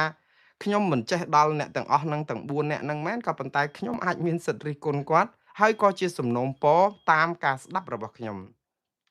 កម្រិតយល់ដឹងភាសាអង់គ្លេសរបស់អ្នកទាំង4នេះណាគួរឲ្យកោតសរសើរទាំងលោកហ៊ុនម៉ាណែតទាំងអ្នកស្រីចอมនិមលទាំងលោកសុនចន្ទថុលទាំងលោកកែវរតនៈព្រោះគាត់អាចឆ្លើយតបនឹងសំណួររបស់អ្នកសួរបានគ្រប់សំណួរក៏ប៉ុន្តែអ្នកដែលលេចធ្លោជាងគេដែលនិយាយភាសាអង់គ្លេសស្ទាត់ជំនាញដែលគួរឲ្យកោតសរសើរមិននឹកស្មានដល់គឺអ្នកស្រីចอมនិមលដែលជាកូនរបស់លោកចอมប្រសិទ្ធខ្ញុំជឿថាកម្រិតយល់ដឹងរបស់លោកស្រីចอมនិមលនេះគឺជាកម្រិតយល់ដឹងភាសាអង់គ្លេសបែបរលូនមែនតើខ្ញុំភ្ញាក់ផ្អើលណាស់ព្រោះគាត់នៅស្រុកខ្មែរខ្ញុំដឹងថានៅស្រុកខ្មែរខ្វះអីគេនិយាយអង់គ្លេសបានរូអ្នកខ្លះអត់ទាំងនិយាយខ្មែរផងណានៅផ្ទះហ្នឹងគេនិយាយតែអង់គ្លេសហើយកូនអភិជនមានលោកចอมប្រសិទ្ធជាអតីតរដ្ឋមន្ត្រីក្រសួងពាណិជ្ជកម្មអីចេះច្បាស់ណាស់គេមានលុយមានអីឲ្យកូនរៀននៅស្រុកក្រៅឬក៏បើរៀននៅស្រុកខ្មែរក៏រៀននៅសាលាអន្តរជាតិសាលាអីបង់លុយ10000 20000មួយឆ្នាំដែរយើងអាចថាកម្រិតហ្នឹងវាអញ្ចឹងក៏ប៉ុន្តែការនិយាយរបស់គាត់ហ្នឹងគឺវារលូនមែនតើភាសាអង់គ្លេសហ្នឹងមិននឹកស្មានដល់ថាគាត់និយាយអង់គ្លេសប៉ាកែខ្ញុំសូមសរសើរដោយស្មោះអត់មានបច្ចេកបច្ចាអត់មានបន្ទុចប្រអែកក្នុងចំណោមអ្នកទាំង4អ្នកហ្នឹងគឺអ្នកស្រីចอมនិមលនិយាយអង់គ្លេសប៉ាកែជាងគេរូបន្ទាប់មកអ្នកដែលនិយាយគ្រាន់បើហើយអាចថានិយាយមាន flow លឿនស្រួលស្ដាប់គឺលោកកែវរតនៈដែលជារដ្ឋមន្ត្រីក្រសួងធម្មពលរាយនឹងធម្មពលអ្នកទី3គឺលោកសុនចន្ទថុលគ្រាន់បើដែរក្នុងន័យថាអាចនិយាយបានពិបាកស្ដាប់បន្តិចក៏ប៉ុន្តែគាត់អាចនិយាយពុបច្ចេកទេសភាសាពាណិជ្ជកម្មភាសាអីហ្នឹងគឺតើតែយើងដឹងកិច្ចការជ្រាក់ជ្រៅច្រើនបានយើងយល់ប៉ុន្តែភាសាដែលគាត់និយាយហ្នឹងគឺភាគច្រើនគឺគាត់ដូចថាសំណួរគេសួរខ្លាំងទៅគាត់ពិបាករកគិតការពារដោះសារអីខ្លះផងដូច្នេះរៀងដដាក់ដដប់រឿងពិបាកស្ដាប់បន្តិចកន្លែងខ្លះតែគាត់នៅតែកម្រិតហ្នឹងគឺអ្នកទាំង3គឺគាត់លេខ3កម្រិតភាសាអង់គ្លេសប៉ាកែដែរដែលអាចនិយាយតាក់ទងគ្នាបានហើយជាប់លំដាប់ថ្នាក់លេខ4គឺលោកហ៊ុនម៉ាណែតអឺការដែលខ្ញុំឲ្យបន្ទុកលោកហ៊ុនម៉ាណែតជាភាសាអង់គ្លេសដែលគាត់អាចតាក់ទងគ្នាបានក្នុងចំណោមអ្នកទាំង4ខ្ញុំនិយាយថាដោយសារអ្នកទាំង4ហ្នឹងសប៉ាកែទេណាចង់និយាយថាគាត់លេខ4ក្នុងចំណោមអ្នកប៉ាកែដែរបើនិយាយទៅវាគ្រាន់បើដែរមិនអញ្ចឹងណាគឺលោកហ៊ុនម៉ាណែតបន្ទុកក្រោមគេបន្តិចដោយសារតែភាសាអង់គ្លេសរបស់គាត់នៅយ៉ានិយាយទៅគឺភាសាអង់គ្លេសដូចថាអឺមិនរលូនមិនរដាស់អីខ្លាំងតែធ្វើម៉េចបើគាត់នៅខ្មែរគាត់និយាយតែខ្មែរអញ្ចឹងដែរតែខ្ញុំមកនៅអង់គ្លេសនេះរាប់ឆ្នាំនៅអាមេរិករាប់ឆ្នាំខ្ញុំនិយាយអង់គ្លេសឡើងចេញហើយខ្ញុំនិយាយខ្មែរបានច្រើនជាងដែរដោយសារតែខ្ញុំនិយាយតែខ្មែររាល់ថ្ងៃដែរដូច្នេះវាអាចគាត់ថារឿងនេះអ្វីដែលជាការដែលលើកសរសើរនេះគឺខ្ញុំគិតថាថ្នាក់ដឹកនាំគឺប្រើភាសាអង់គ្លេសបានស្ទាត់ជំនាញច្រើនគ្នាគ្រាន់តែថាលោកស្រីចោមនិមលអ្នកស្រីចោមនិមលលើកក្រោយបើជួបសម្ភាសកុំនិយាយញាប់ពេកគាត់និយាយដកដង្ហើមទេរហូតតែពេលលេបទឹកមាត់ក៏អត់បានដែរប្រហែលជាពេលវេលាខ្លីក៏មិនដឹងយើងនិយាយត្រូវដកដង្ហើមឲ្យវែងហើយឆ្លើយឲ្យដូចថាអត់គំរុតកុំលឿនពេកដល់ពេលអញ្ចឹងគាត់បញ្ញាប់ទៅដោយសារភាពរដាស់របស់គាត់ផងគឺធ្វើឲ្យការអានហ្នឹងវាលឿនពេករហូតដល់ចង់ដាច់ខ្យល់តែអញ្ចឹងទៅវាធ្វើឲ្យយើងស្ដាប់ហ្នឹងយើងហត់ដែរតែប៉ុណ្្នឹងទេឥឡូវនិយាយពីរឿងខ្លឹមសារនៃបទសម្ភាសន៍វិញតើបានប្រយោជន៍អីបងប្អូនស្ដាប់បទសម្ភាសន៍គាត់ទាំង4នាក់នេះអត់សូវបានប្រយោជន៍អីទេក្រៅតែពីការគាត់ឡើងមកនិយាយដោះសារការពារអ្វីដែលជាបញ្ហាប៉ុន្តែផ្ទុយទៅវិញវាធ្វើឲ្យថ្នាំងថ្នាក់ចិត្តអ្នកស្ដាប់ទៅវិញឥឡូវខ្ញុំចាប់ផ្ដើមពីលោកហ៊ុនម៉ាណែតទៅមុនពេលដែលអូខេឥឡូវកុំអាលលោកហ៊ុនម៉ាណែតចាប់ផ្ដើមពីលោកស៊ុនចន្ទថុលទៅមុនដោយសារប្រធានបទមិញខ្ញុំបើកតាក់ទងនឹងអាមេរិកដាក់ទណ្ឌកម្មសំទោសមិនដាក់ទណ្ឌកម្មទេគឺយកពន្ធបន្ថែម 10% ទៀតដោយសារបញ្ហារំលោភការងារពលកម្មដោយបង្ខំនិងរំលោភសិទ្ធិមនុស្សរឿងនេះមិនមែនគេដាក់តែខ្មែរទេបងប្អូនស្ដាប់ឲ្យតាន់ខ្ញុំថាបងប្អូនខ្លះមករករឿងខ្ញុំឯថាមករករឿងអីតែខ្មែរគេដាក់មកកណោដែរប្រទេសដែលអាមេរិកដាក់យកពន្ធ 10% នេះគឺ មានតែ15ប្រទេសទេជាទូទៅគឺមានខ្មែរមានអីផ្សេងទៀតខ្ញុំយកខ្មែរមកនេះដោយសារខ្មែរទាបជាងគេទេ60ប្រទេសដែលអាមេរិកយកពន្ធពី10ទៅ12.5% ហ្នឹងខ្មែរក្នុងកម្រិតប្រទេស15ដែលជាប់តែ10%ទេក្រៅពីហ្នឹងគេជាប់12.5%កន្លះហើយអ្នកដែលជាប់12.5%កន្លះហ្នឹងមានវៀតណាមហើយនិងថៃអីចឹងទៅអញ្ចឹងថៃជាប់ពន្ធច្រើនជាងខ្មែរផងបើយើងស្ដាប់មកថាឲ្យចុះហេតុអីមកនិយាយតែខ្មែរជាប់បរទេសអត់កាណាដាក៏ជាប់ដែរមិចស៊ីកូចក្រភពអង់គ្លេសប្រទេសផ្សេងទៀតក៏ជាប់ច្រើនដែរព្រោះអាមេរិកគឺមានយន្តការតាមsection 301របស់គេហ្នឹងគឺគេរឹតបន្តឹងខ្លាំងនៅក្នុងការដែលតាក់ទងនឹងពលកម្មដោយបង្ខំនិងការរំលោភសិទ្ធិមនុស្សដោយសារតែគេមិនចង់ឲ្យអាមេរិកទៅទួលយកផលិតផលពីប្រទេសណាដែលផលិតហើយយកវត្ថុធាតុដើមឬក៏កម្លាំងពលកម្មដែលកេងប្រវ័ញ្ចធ្វើបាបកម្មករហើយរួចពន្ធទេអាមេរិកអត់ចង់បានអញ្ចឹងទេអញ្ចឹងគេដាក់ពន្ធហ្នឹងគឺសំដៅទៅលើថាឲ្យយើងរៀងចាលហើយកម្ពុជាដែលគេអត់យកដល់ទៅ12.5% ហ្នឹងគឺដោយសារហេតុផលមួយថាកម្ពុជាបានបដិញ្ញានេះទៅបដិញ្ញាប្រហែលខែមុននេះដែលយើងប្រាប់ថាយើងនឹងហាម5ពលកម្មដោយបង្ខំដែលនាំទំនិញពីប្រទេសដែលផលិតដោយពលកម្មដោយបង្ខំនិយាយទៅមិនយកវត្ថុធាតុដើមយករកទំនិញស្អីក៏ដោយពីប្រទេសណាដែលធ្វើបាបកម្មករអញ្ចឹងទៅអានេះយើងចេញច្បាប់ខ្លួនឯងថ្មីនេះប្រហែលសប្តាហ៍មុននេះកម្ពុជាបដិញ្ញាអញ្ចឹងបានជាអាមេរិកថាកម្ពុជាបដិញ្ញាអញ្ចឹងក៏អនុគ្រោះចុះឲ្យ2.5% កុំអីត្រូវ10.25 12.25ប្រទេសដទៃទៀតគឺគេមានយន្តការអញ្ចឹងដែរគេថាអ្នកខ្លះមានច្បាប់មានទម្លាប់តែអត់អនុវត្តរឿងពលកម្មដោយបង្ខំនិងការរំលោភសិទ្ធិមនុស្សហ្នឹងអញ្ចឹងហើយបានជាគេជាប់នៅខ្ពស់នៅឡើយអញ្ចឹងកម្ពុជាបដិញ្ញាដែរអញ្ចឹងបដិញ្ញាហ្នឹងនៅបដិញ្ញាសិទ្ធិមនុស្សហ្នឹងក៏កម្ពុជាបដិញ្ញាជាមួយអាមេរិកដែរពេលដែលចុះកិច្ចព្រមព្រៀងពាណិជ្ជកម្មជាមួយអាមេរិកនៅខែតុលាកាលពីក្នុងអំឡុងពេលបាត់ឈប់បាញ់លើកទី2នោះដែលលោកត្រាំទៅមានវត្តមានដែលយើងឃើញដែលលោកហ៊ុនម៉ាណែតហើយនឹងលោកអនុទិនចាំរៈគល់ខ្វែងដៃគ្នារឿងដកស្លាកកម្ពុជានិងស្លាកថៃហ្នឹងគឺច្បោកច្បល់ហ្នឹងយើងថាំងថៃស្អីណាអ្នកខ្លះទៅដៀលថៃអត់មួយយាតអីណាចេះចង់អង្គុយក្បែរលោកត្រាំអីលាក់នឹងលាក់ដូរវាមិនមែនទេដោយសារតែពេលដែលបាត់ឈប់បាញ់គ្នាចុះកិច្ចព្រមព្រៀងបាត់ឈប់បាញ់ហើយដើម្បីកុំឲ្យខាតពេលគេយកកិច្ចព្រមព្រៀងពាណិជ្ជកម្មទ្វេភាគីថៃនិងអាមេរិកកិច្ចព្រមព្រៀងពាណិជ្ជកម្មទ្វេភាគីរបស់កម្ពុជានិងអាមេរិកយកមកសញ្ញេជាមួយគ្នាក្នុងពេលជាមួយគ្នាដល់ពេលអញ្ចឹងនៅពេលដែលអាមេរិកត្រូវសញ្ញេកិច្ចព្រមព្រៀងពាណិជ្ជកម្មរវាងថៃនិងអាមេរិកអញ្ចឹងវាត្រូវតាថៃនិងអាមេរិកនៅជាប់គ្នាដល់ពេលសញ្ញេជាមួយខ្មែរមួយអាមេរិកវាត្រូវខ្មែរនិងអាមេរិកនៅជាប់គ្នាអញ្ចឹងហើយបានជាលោកអនុទិនច័ន្ទវរៈគល់ហ្នឹងគាត់ចង់ធ្វើឲ្យវាស៊ីគ្នាពេលគេថតរូបពេលសញ្ញេពាណិជ្ជកម្មខ្មែរនិងអាមេរិកឲ្យខ្មែរនៅចិត្តលោកត្រាំទៅបើថៃជាមួយអាមេរិកឲ្យថៃនៅចិត្តលោកត្រាំហើយបើអង្គុយនៅអញ្ចឹងវាហាក់បីដូចជាគេមើលមកដូចថាវារូបភាពនឹងវាឆ្កងអញ្ចឹងទៅធ្វើឲ្យមានការខ្វែងអាហ្នឹងយើងសញ្ញេជាមួយអាមេរិកហ្នឹងគឺយើងសន្យាថា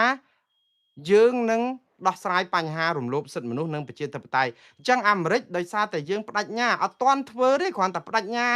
នៅក្នុងកិច្ចសន្យាហ្នឹងបានជាគេដាក់យើងត្រឹមតែ10%សិនណាប៉ុន្តែយើងនៅសកាអាសិទ្ធិមនុស្សហ្នឹងអត់ប្រកាសទេព្រោះអានេះគឺជាបណ្ដោះអាសន្នទុកឲ្យយើងកាយទៀតដល់អត់កាយគេនឹងអាចដាក់ច្រើនជាងហ្នឹងទៀតអូខេឥឡូវដោយសារតែយើងជាប់តែ10%ប្រទេសដទៃទៀតជាប់12.5%ដឹងរដ្ឋមន្ត្រីយើងឬលោកស៊ុនចន្ទថុលនឹងគាត់និយាយថាម៉េចទេពេលដែល Bloomberg សម្ភាសគាត់និយាយថាយើងសប្បាយរីករាយខ្លាំងណាស់ដែលយើងជាប់ពន្ធតែ10%ណាទៅជាអញ្ចឹងវិញទៅគាត់និយាយប្រាប់គេថាយើងសប្បាយ very pleased ជាភាសាអង់គ្លេស we are very pleased that we received 10% tariff យើងសប្បាយចិត្តខ្លាំងណាស់ដែលអាមេរិកយកយើងតែ10%នេះធ្វើឲ្យខ្ញុំនឹកឃើញដល់រឿង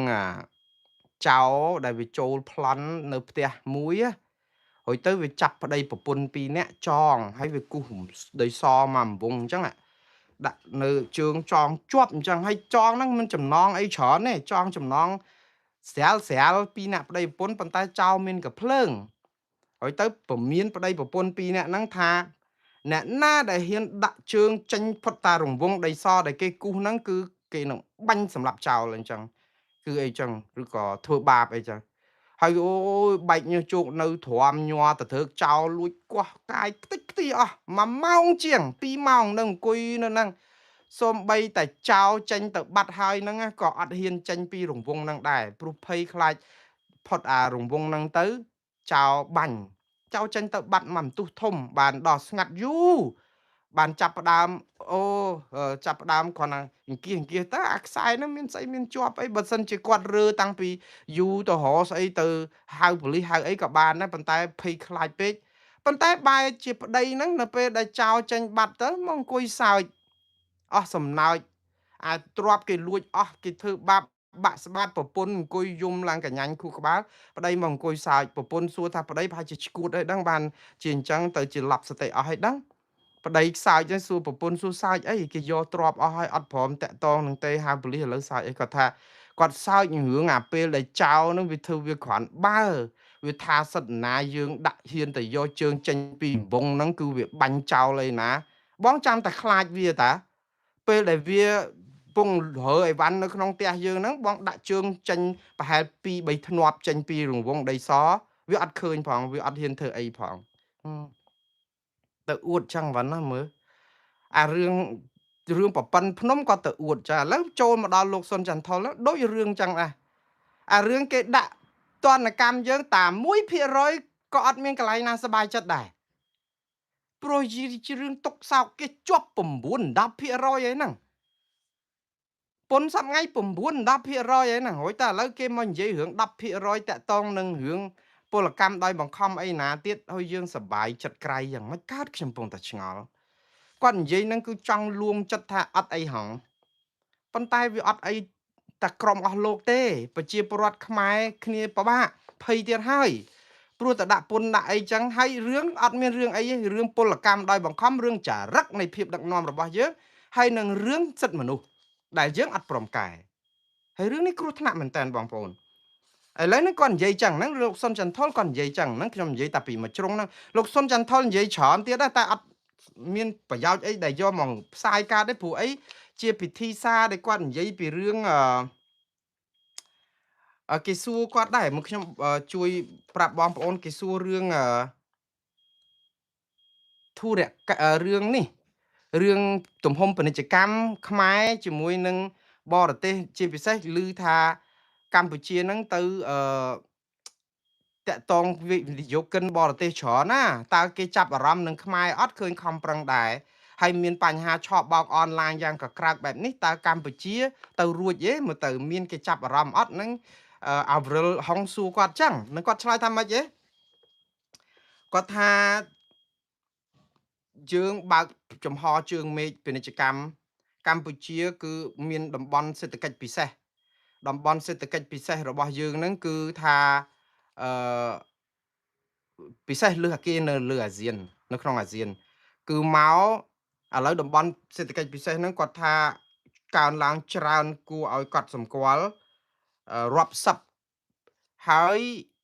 អ្នកណាមកវិនិយោគក្នុងតំបន់សេដ្ឋកិច្ចពិសេសហ្នឹងគឺឲ្យសិទ្ធិបរទេសហ្នឹងមានម្ចាស់កម្មសិទ្ធិ100%រដ្ឋអត់មានទៅត្រួតត្រាទៅកាន់អីទេគឺឲ្យអញ្ចឹងឲ្យមានសេរីភាពអញ្ចឹងដើម្បីតាក់ទាញល្អដែរបើស្ដាប់ទៅគឺល្អមែនតើក៏ប៉ុន្តែដល់ពេលសួរថាចោះឥឡូវមានការកើនឡើងទេពេលដែលយើងមានគោលនយោបាយល្អអញ្ចឹងគាត់ថាអាកាល2024អឺមានទំហំពាណិជ្ជកម្មគឺនិយាយទៅ24ដូចជាតែប្រហែល30-40%ដល់25ហ្នឹងដូចកើនច្រើនដល់50%ជាងទំហំពាណិជ្ជកម្មជាមួយបរទេសណាគម្រោងអីគឺកើនដល់ពេល26នេះ6ខែ7ខែដើមឆ្នាំនេះចុះមកវិញនៅសល់តែ30%ជាង35%ហើយនៅក្នុងហ្នឹងនៅពេលដែលអ្នកសម្ភាសហ្នឹងគេសួរគាត់ថាតើទំហំពាណិជ្ជកម្មអន្តរជាតិហ្នឹងដៃគូពាណិជ្ជកម្មហ្នឹងភាគច្រើនជាអ្នកណា គាត់ថាភាគច្រើនចិនមានអាណាមករកស៊ីគេល្អអាណាមករកមួយខ្មែរchứគាត់ឆ្លើយហ្នឹងគឺវាស្មោះត្រង់ដែរគម្រោងប្រមាណហ្នឹងភាគច្រើនចិនហើយឥឡូវសូម្បីតែចិនហ្នឹងដល់តែពេលមានបញ្ហា scam អនឡាញមានបញ្ហាអីហ្នឹងគឺធ្លាក់មកនៅ35%អត់ដល់ផងនៅក្នុងឆ្នាំ2028ចឹងបានន័យថាអាឆបោកអនឡាញហ្នឹងគឺប៉ះពាល់ខ្លាំងមែនទែនដល់កម្ពុជាឥឡូវនិយាយអំពីតកតងនឹងរឿងផលប៉ះពាល់ឬក៏ការដាក់ទណ្ឌកម្មរបស់អាមេរិកឬក៏សំទោសគេយកពន្ធមិនមែនថាដាក់ទណ្ឌកម្មឯងវាធំពេកតែដូចតែដាក់ទណ្ឌកម្មដែរព្រោះយើងអត់ធ្វើតាមគេខ្ញុំអានសារមួយពីមន្ត្រីពាណិជ្ជកម្មមន្ត្រីស្រុកខ្មែរជាមន្ត្រីបរទេសគឺលោក Casey Burnett លោក Casey Burnett នេះគាត់ជាអតីតប្រធានសភាពាណិជ្ជកម្មអាមេរិកប្រចាំនៅកម្ពុជាគាត់សរសេរនៅលើ Facebook របស់គាត់អំពីចំណាប់អារម្មណ៍តកតងនឹងការដែលអាមេរិកកំណត់យកពន្ធ 10% បន្ថែមទៀតទៅលើពីកម្ពុជាហ្នឹងហើយយើងឃើញហើយមានពន្ធដែលយកពីប្រទេសដទៃទៀតហើយក៏ប៉ុន្តែពីកម្ពុជាហ្នឹងក៏ដាក់ច្រើនដែរ 10% ហ្នឹងគាត់និយាយចេះខ្ញុំដកស្រង់ហើយខ្ញុំសូមអានទាំងស្រុងតែម្ដងទៅព្រោះ Facebook របស់គាត់ក៏សរសេរពេញជាភាសាខ្មែរដែរគាត់ដាក់ថាអញ្ចេះថ្ងៃនេះតំណាងពាណិជ្ជកម្មអាមេរិកបានដាក់ពន្ធគយអត្រា 10% លើកម្ពុជា បន្ទាប់ពីស៊ើបអង្កេតតាមមាត្រា301ក្នុងពេលជាមួយគ្នានេះសហរដ្ឋអាមេរិកបានដាក់ពន្ធគយអត្រា 12.5% លើប្រទេសចំនួន38ទៀតរួមទាំងប្រទេសថៃនិងប្រទេសវៀតណាមដែរលើសពីនេះសហរដ្ឋអាមេរិកបានផ្ដល់ការលើកលែងពន្ធដល់កម្ពុជាសម្រាប់បញ្ជីទំនិញដែលសហរដ្ឋអាមេរិកអត់ផលិតអញ្ចឹងអ្វីដែល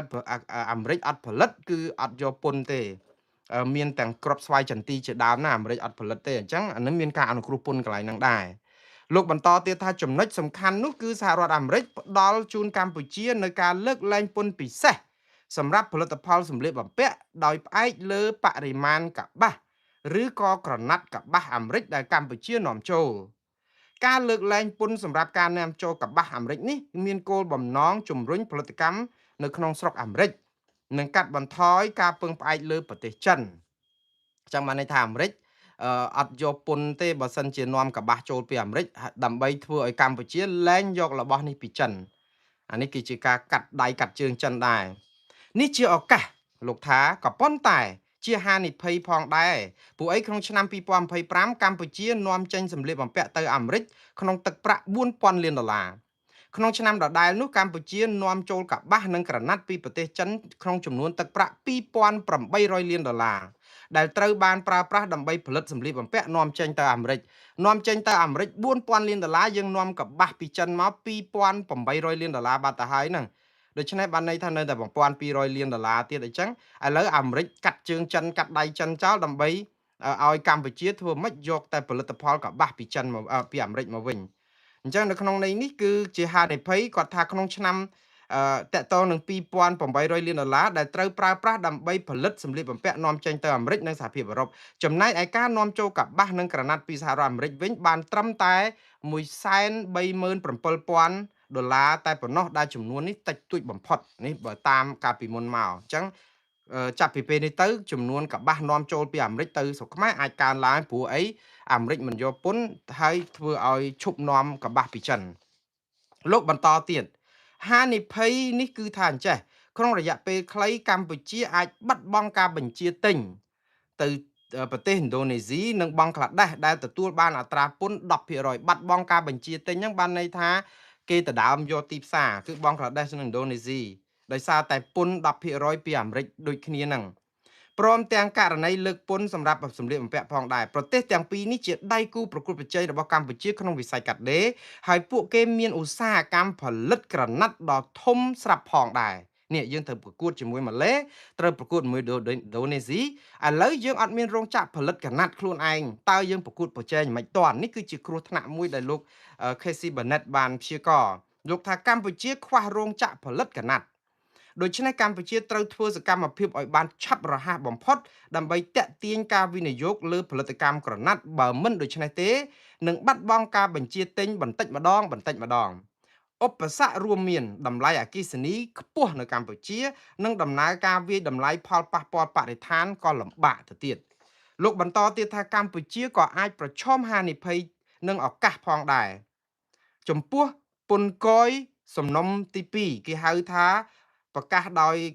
គណៈកម្មការពាណិជ្ជកម្មពិសេសអាមេរិកហ្នឹងគឺឆ្លើយតបទៅនឹងការស៊ើបអង្កេតមាត្រា301ស្ដីអំពីសមត្ថភាពផលិតកម្មលើសសមត្ថភាពផលិតកម្មលើសនេះគឺឥឡូវលោកសុនចន្ទថុលខ្ញុំបើកវងកញ្ចក់បន្តិចពេលសម្ភាសជាមួយ Bloomberg តាក់ទងនឹងផលិតកម្មលើសនេះលោកសុនចន្ទថុលថាគាត់រំពឹងថាអាមេរិកអាចនឹងយកពន្ធក្នុងអត្រា 9% នៅក្នុងរឿងផលិតកម្មអញ្ចឹងបានន័យថា10ឥឡូវថែម9ទៀតវាអាចទៅផ្លូវហ្នឹងទៀតអាមេរិកអត់ទាន់ដាក់ពន្ធនៅក្នុងកម្រិតហ្នឹងទេប៉ុន្តែផលិតកម្មលើសហ្នឹងគឺអាមេរិកបើលោកសុនចន្ទថុលថាអាចយកដល់ 9%លោក Casey Bennett គាត់បញ្ចប់ដោយឃ្លាថាលទ្ធបញ្ហាពន្ធទាំងពីរនេះគឺត្រូវបានរំពឹងថានឹងចេញក្នុងពេល2ខែខាងមុខណាឃើញនឹងចេញបានន័យថាអា 10% នេះក៏មានអា 9% ថែមនឹងក៏មានទេកម្ពុជាអាចនឹងទទួលបានអត្រាអំណោយផលក្នុងពន្ធបន្ទាប់នេះក៏ប៉ុន្តែក៏អាចមានលក្ខខណ្ឌតម្រូវឲ្យកាត់បន្ថយការពឹងផ្អែកលើវត្ថុធាតុដើមពីប្រទេសចិនដែរបន្ទាប់ពីពន្ធស្ដីពីសមត្ថភាពផលិតលើសនេះគឺខាងពាណិជ្ជកម្មពិសេសអាមេរិកត្រូវបានគេរំពឹងថានឹងវិលត្រឡប់មកពិភាក្សាជាមួយកម្ពុជាវិញអំពីកិច្ចព្រមព្រៀងពាណិជ្ជកម្មទៅវិញទៅមកឬក៏គេហៅថា Agreement on Reciprocal Tariffs ដើម្បីបញ្ចប់ការធ្វើវិសោធនកម្មនិងជំរុញឲ្យរដ្ឋសភាកម្ពុជាផ្ដល់ស្ថាប័នចុងក្រោយលោកថាឧបសគ្គមួយទៀតចំពោះឧស្សាហកម្មកាត់ដេររបស់កម្ពុជាគឺកង្វះវឌ្ឍនភាពជាសាធារណៈណាមួយឆ្ពោះទៅរកកិច្ចព្រមព្រៀងពាណិជ្ជកម្មសេរីជាមួយនឹងសហភាពអឺរ៉ុបបានន័យថាអត់មានកែប្រែអត់មានការផ្លាស់ប្ដូរស្ថានភាពសោះដែលពិបាកជាមួយនឹងសហគមន៍អឺរ៉ុបជាពិសេសស្ថានភាពសិទ្ធិមនុស្សនឹងហ្មងកម្ពុជានឹងបាត់បង់ការលើកលែងក្រោមការអនុពន្ធ EBA អ្វីគ្រប់យ៉ាងលើកលែងតែសភាវុធពីសហភាពអឺរ៉ុបនៅពេលឆាប់នេះដែរហើយម៉ាកយីហោនានាមិនសុខចិត្តបង្កើនការបញ្ជាទិញពីកម្ពុជាទេលុះត្រាតែមានសញ្ញានៃការវិវត្តវឌ្ឍនភាពឆ្ពោះទៅរកការសម្រេចបាននៅ FTA ឬក៏របបពន្ធអំណោយផលផ្សេងទៀតនៅពេលដែលលើកលែង EBA ផុតកំណត់តាមពិតរឿង EBA នេះបងប្អូនដោយសារតែប្រទេសកម្ពុជាបើផុតពីបន្ទាត់ភាពក្រីក្រជាប្រទេសក្រីក្របំផុតគឺច្បាស់ណាស់គេលែងឲ្យ EBA ប៉ុន្តែអា EBA នេះក៏គេនៅតែអនុគ្រោះដែរបើប្រទេសមានស្ថានភាពសិទ្ធិមនុស្សប្រសើរអីអញ្ចឹងនៅតែអាចសុំគេបានបន្តទៀតទេតែបើស្ថានភាពសិទ្ធិមនុស្សនៅកម្ពុជាតើអស់គឺអស់ទាំងស្រុងតែម្ដងអញ្ចឹងហើយបានជារឿងនេះក៏ជាឧបសគ្គដែរខ្ញុំស្លេះរឿងនេះតកតងនឹងរឿងពន្ធរឿងអីនេះឥឡូវយើងនិយាយអំពីតើកម្ពុជាមានអីទប់រឿងនេះគឺជារឿងលំបាកដែរកម្ពុជាមានបញ្ហាសិទ្ធិមនុស្សខ្លួនឯងផងបញ្ហា scam បញ្ហាអសកម្មអីមកកណោដែរឥឡូវនិយាយអំពីជំហររបស់លោកហ៊ុនម៉ាណែតទៅវិញសហគមន៍អន្តរជាតិក៏គេចង់មើលថាតើកម្ពុជាចាត់ការយ៉ាងម៉េចនៅក្នុងការដោះស្រាយដើម្បីសម្អាតការឆបោកអនឡាញនិងបរិយាកាសធ្វើពាណិជ្ជកម្មជាមួយនឹងវិនិយោគិនដែលគេចង់មករកស៊ីជាមួយយើងលោកសុនចន្ទថុលបន្ទោសថារឿងដែលវិនិយោគិនបរទេសធ្លាក់ចុះគឺដោយសារតែទំនាស់ប្រឆាំបូពីអីណាណោះហើយនឹងអាចនឹងមកពី scam នឹងដែរប៉ុន្តែ scam ហ្នឹងកើតឡើងយូរហើយលោកអត់ដឹងអីចឹងឥឡូវលោកហ៊ុនម៉ាណែតឯនេះទៅវិញនៅពេលដែលផ្ដាល់ប័ណ្ណសម្ភាសឲ្យវិទ្យុទូរទស្សន៍ Bloomberg ហ្នឹងមានរឿងមួយដ៏គួរឲ្យរកម្មចិត្តមែនតើហើយខ្ញុំមិននឹកស្មានថាលោកហ៊ុនម៉ាណែតនឹងយកវិធីនេះទៅឆ្លើយជាមួយទូរទស្សន៍អន្តរជាតិបែបនេះទេ